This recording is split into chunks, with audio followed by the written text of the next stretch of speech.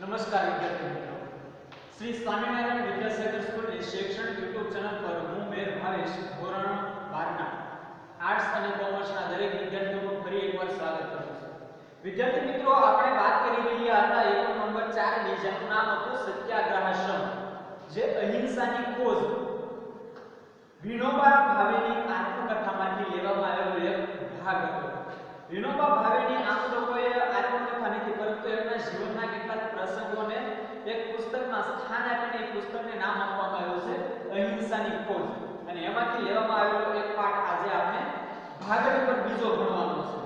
પાઠનું નામ છે સત્યાગ્રહાશ્રમ, જે અહિંસાની ખોજમાંથી લેવામાં આવેલો છે, અને એ આત્મકથા ખંડ છે. કોની આત્મકથા?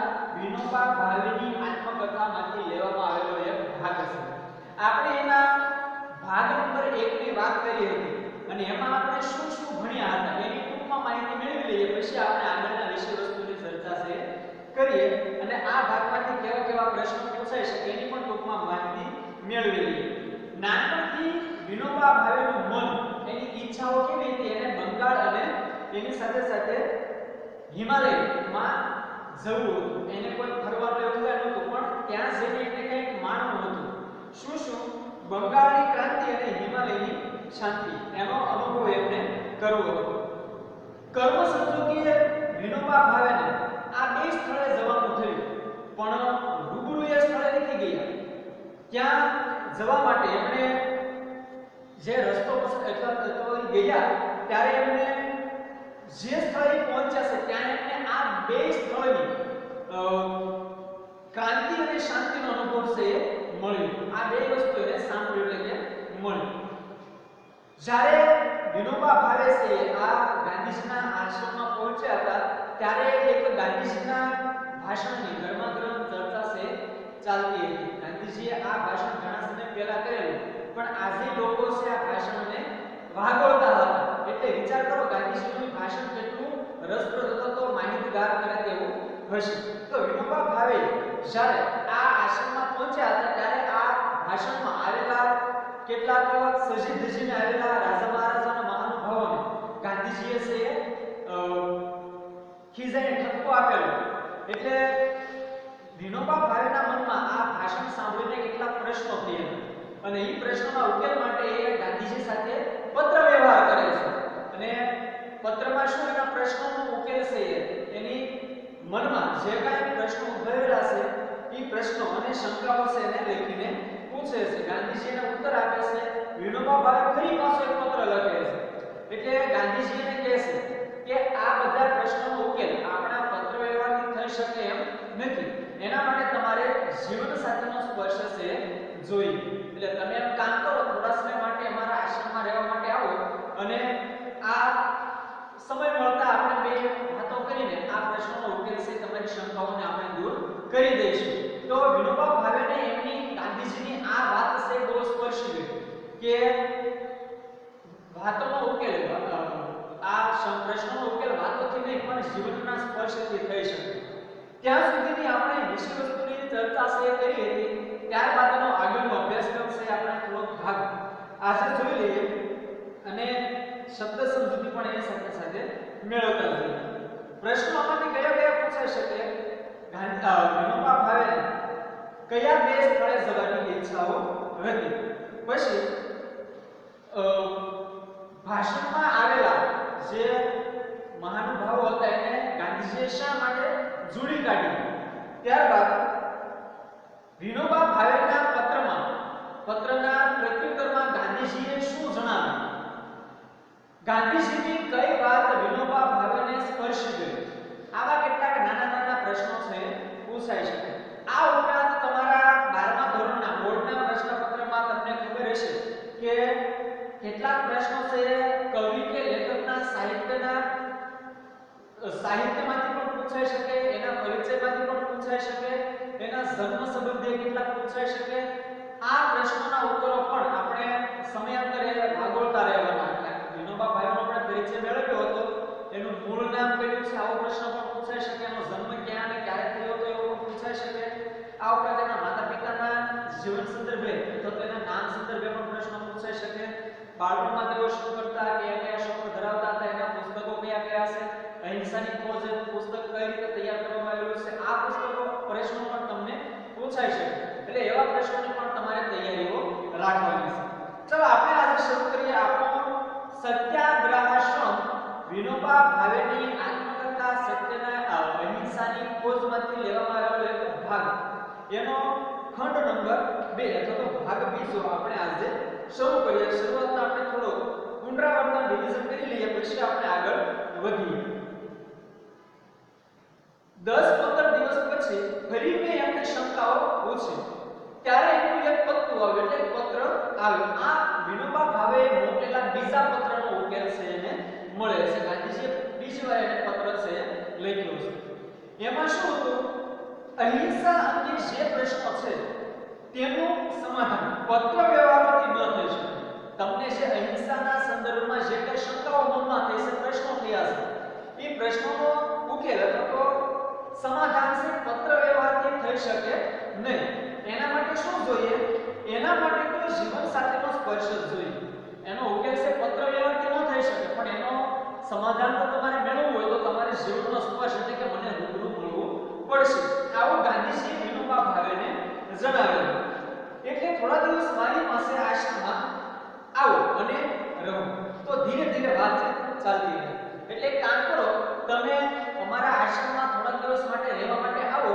મને મળો અને વાતચીત કરતા કરતા તમારી શંકાઓનું સમાધાન છે આપણે કરી લઈએ એમનો આ જવાબ કયો કે સમાધાન વાતોથી નહીં જીવનથી થશે ગાંધીજીએ કહેલી પત્ર દ્વારા વિનોબા ભાવેને વાત ગાંધીજીએ પત્રમાં શું લખ્યું હતું કે સમાધાન વાતોથી નહીં જીવનથી થશે મને સ્પર્શ કરી આ વાત છે વિનોબા ભાવેને બહુ સ્પર્શ કરી કે આ માણસના વિચારો કેટલા ઉચ્ચ વિચારો છે તો એના કારણે શું વિનોબાએ નક્કી કર્યું એ જવાબની સાથે બાપુએ આશ્રમની એક નિયમ પત્રિકા પણ મોકલેલી ગાંધીજીને વિશ્વાસ હતો કે આ વ્યક્તિ મને મળવા માટે આવશે અને આશ્રમમાં આવે તો આશ્રમના કેટલાક નિયમો હોય તમે બધા સ્કૂલમાં ભણવા માટે આવો તો સ્કૂલમાં કઈ રીતે રહેવું એની આચાર સંહિતાના કેટલાક નિયમ પત્રિકાઓ તમને ફોર્મ ભરો એની સાથે તમને એની સહી કરાવવામાં આવે તો આ રીતે સ્કૂલનું વાતાવરણ છે દરેક વિદ્યાર્થીએ આ નિયમોને પાલન કરવું પડશે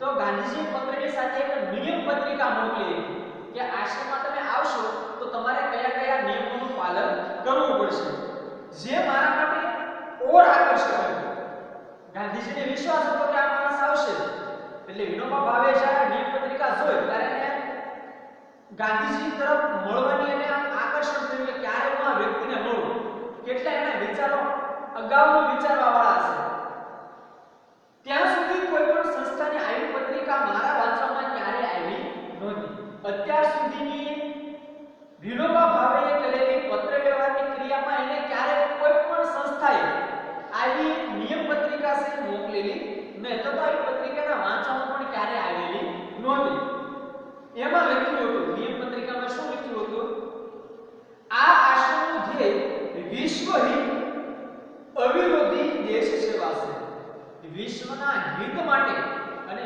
વિરોધ કર્યા વગર દેશના કાર્ય કરવા માટે આ સંસ્થા બનાવવામાં આવેલી છે અને એના માટે અમે નીચે લખેલા વ્રતો જરૂર માનીએ છીએ નિયમોને વ્રત કહે છે કે વ્રતનું અમે પાલન કરીએ છીએ દેશ હિત માટે અમે જે આ સંસ્થા શરૂ કરેલી છે એટલે અમે નીચે જે કાંઈ નિયમો લખ્યા છે એને અમે વ્રત માનીએ છીએ અને આ વ્રતનું અમે બધા પાલન પણ કરીએ છીએ એટલે તમારે પણ પાલન કરવું પડશે નીચે સત્ય અહિંસા બ્રહ્મચર્ય અસ્તિ અપરિગ્રહ શરીર શ્રમ વગેરે એકાદશ વ્રતોના નામ લખ્યા એકાદશ એટલે કે 11 નીચે એક વ્રતોની યાદી હતી કે આ આશ્રમમાં અમે કયા કયા નિયમોનું પાલન કરીએ છીએ નિયમોને એ વ્રત કહેતા તો કયા કયા વ્રતને અમે પાળીએ છીએ તો એક તો સત્ય હંમેશા સત્ય બોલવાનું અહિંસા એટલે કોઈ પણ જગ્યાએ મારામારીમાં ઉતરવાનું નહીં બ્રહ્મચર્ય એટલે કે પાંચેય ઇન્દ્રિયો પર કાબુ રાખવાનો અસ્તિ એટલે કે વધારાની વસ્તુઓ સંગ્રહ કરવાની નહીં અથવા તો આવશ્યકતા માનવાનું ને અપરિગ્રહ એટલે જરૂરિયાત મુજબનું જ આપણે ભાગવાનું શરીર શ્રમ એટલે પોતાનું જીવનનો ખર્ચ છે પોતાના કામમાંથી કાઢી શકે એટલા માટે અમે કામ પણ કરીએ છીએ। આવા 11 વ્રતોના નામ છે એમાં લખ્યા હતા। મને આ ભારે નવાઈ સમજ લાગી કે આવો મોટો આશ્રમ અને એમાં પાછા આવા નિયમો, એટલે એ નિયમો છે એ વિનોબા ભાવે માટે થોડા નવાઈ પ્રમાણે તેવા હતા। મેં તો ઇતિહાસના ઘણા થોથા વાંચી કાઢ્યા। વિનોબા ભાવે ઘણા પુસ્તકો વાંચેલા, ઇતિહાસના થોથા એટલે કે મોટા મોટા પુસ્તકો એમણે વાંચી કાઢ્યા, પરંતુ દેશના ઉદ્ધાર માટે વ્રતોનું પાલન જરૂરી મનાયું હોય એવું ક્યાંય ન સાંભળ્યું। ઘણા પુસ્તકો એમણે વાંચેલા વિનોબા ભાવે, પણ દેશના ઉજ્જવળ ભવિષ્ય માટે અથવા તો દેશ માટે ક્યારેય આવા નિયમો પાળવા જોઈએ એવું એમને ક્યારેય વાંચવામાં આવ્યું નહોતું કે દેશના ઉદ્ધાર માટે પણ આવા નિયમો પાળવા જોઈએ। આ બધી વાતો તો યોગ શાસ્ત્રમાં, ધર્મ ગ્રંથમાં, ભક્તિ માર્ગમાં આવે છે। આ બધા વ્રતોની વાતો કેવા ગ્રંથોમાં આવે? ધર્મ ગ્રંથોમાં આવે, યોગ શાસ્ત્રોમાં આવે અને ભક્તિ માર્ગના જે પુસ્તકો લખાયેલા હોય એમાં આવી વાતો છે આપણને સાંભળવા મળે। પરંતુ દેશ સેવા માટે પણ આવશ્યક હોય છે એ આ પત્રિકામાં નથી। દેશના સેવાના કાર્યોમાં પણ આવા નિયમોનું પાલન કરવું પડે એવું તો આ એક પત્રિકામાં જ વિનોબા ભાવેને જાણવા મળ્યું। અત્યાર સુધીની પત્રિકાઓ ક્યારેય એમને વાંચેલી પણ નહીં અને આવી વાતો એમને ક્યારેય જાણવા પણ મળેલી નહીં કે દેશ સેવા માટે પણ આવા નિયમો જોઈએ। એટલે મારું મન એ તરફ ખેંચાય। આ નિયમ પત્રિકા વાંચે એટલે વિનોબા ભાવેનું મન છે ગાંધીજીના આશ્રમ તરફ જવા માટે ખેંચાય કે મારે હવે તો ગાંધીજીને મળવું જ છે અને આ આશ્રમમાં રહીને મારે આ નિયમોનું પાલન કરવું છે અને મારે દેશ સેવાના કાર્યમાં જોડાવવું છે। તો એને આશ્રમ તરફ જવાનું આકર્ષણ છે જાગ્યું। મને આવું જોઈતું હતું, વિનોબા ભાવે પણ આવું જ ઈચ્છતા હતા, દેશ સેવાના કાર્ય કરવાનું એને ગમતું હતું। એટલે શું કર્યું? બાપુએ લખેલું તું અહીં ચાલ્યો આવ।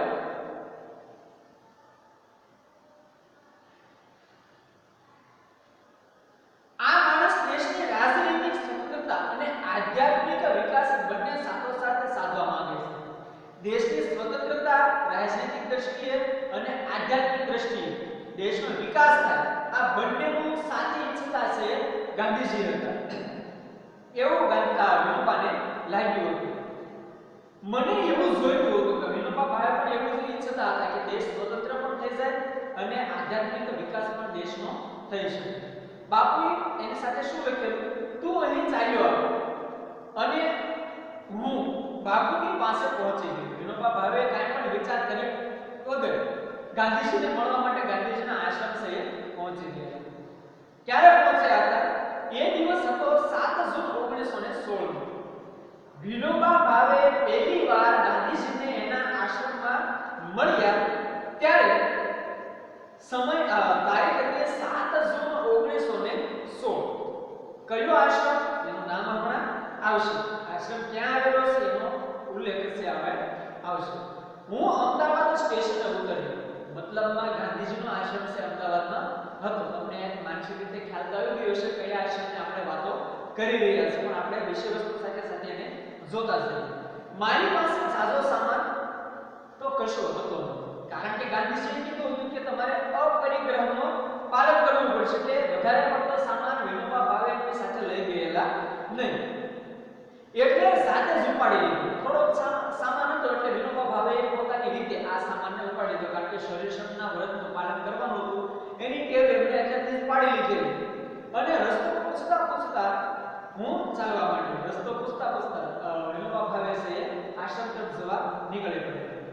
એલિઝન દેશના રસ્તે ચાલીને સવારે 8 વાગે આશ્રમે પહોંચ્યો। જો નામ અમારું કૌંસમાં કોચરબ, એટલે આશ્રમ છે અમદાવાદમાં આવેલો ગાંધીજીનો કોચરબ આશ્રમની વાત આપણે અહીંયા કરી રહ્યા છીએ।